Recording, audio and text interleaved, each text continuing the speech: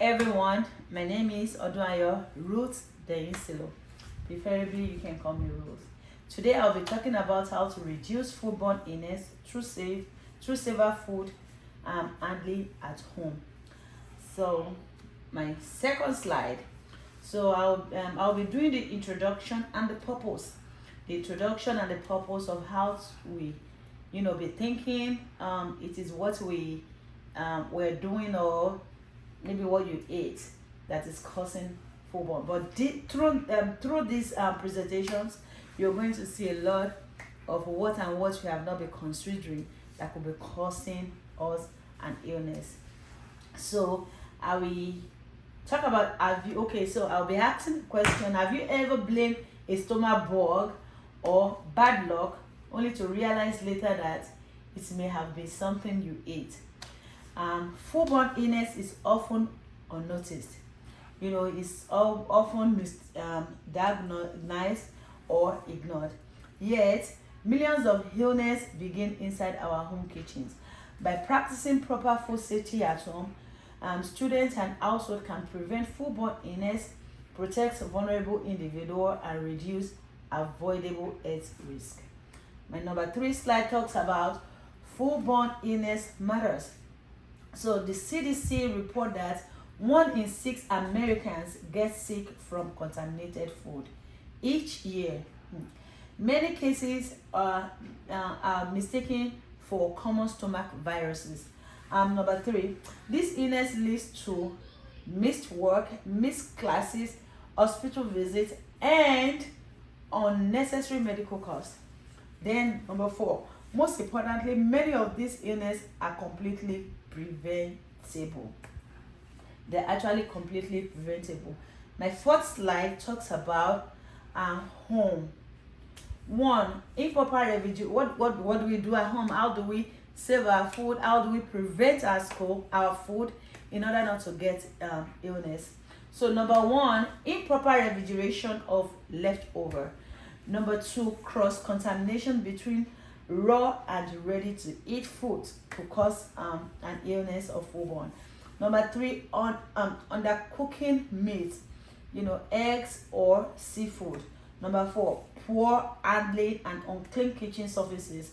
Then number 6, these everyday habits allow bacteria to spread easily in our home, in our kitchen. So my next slide talks about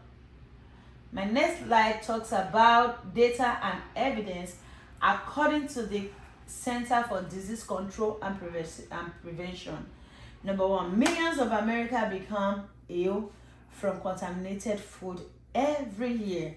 Don't forget, like we said earlier, if we don't do things right in our home, schools, hospital, we are bound to just spread this foodborne to people, and people get ill. Changing daily habits can significantly reduce these risks. Common pathogens include Salmonella, E. coli, and Listeria. These bacteria are found not only in meat but also in produce, eggs, and processed food. So my next slide talks about who is most at risk: children, older adults, pregnant individual, people with weakened immune system. A simple mistake in food preparation can seriously harm someone who depends on us. For safety, it's not only personal, it is our responsibility to others too. Then food safety beyond meat. So avoiding meat does not eliminate foodborne risk. Number 2, fresh fruit and vegetable can be contaminated during growing them, harvesting them, or transporting them. Then number 3, the FDA report increasing outbreak link to leafy greens and produce.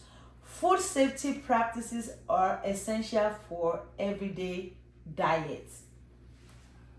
So my next slide now is talking about simple prevention step things that we need to do to stop spreading foodborne illness. Number one, we wash our hands before and after handling food. Number two, we clean cutting boards and kitchen surfaces regularly. Number three, we refrigerate leftover within 2 hours. Number four, we prevent cross-contamination between raw and cooked food. Number five, we cook food to save internal temperature. Then number six, these steps take minutes but prevent serious illness. My next slide, the second to the last slide, call for action. We have to think about your own kitchen and habits. Number two, be mindful of how you stock, clean, and prepare food. Number four, protect yourself, your roommates, your family, and your community. By practicing safer food handling, we protect our health one meal at a time. Thank you. Before I go, I know I already said thank you, but before I go, I would like to summarize or talk about how we have to really elaborate on this foodborne illness and how to really keep people around us safe.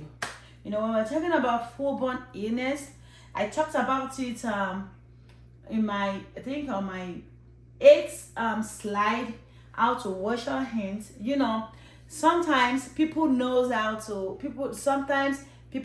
know how to wash their hands according to properly. You know, you can just finish stuff and you just go to the your sink and you just like, no, we have to actually wash that hands properly before we do any other things. And again, when we're talking about people in the hospital, you know, coming out from one patient's room to another patient's room, we have to learn how to wash our hands so that way we don't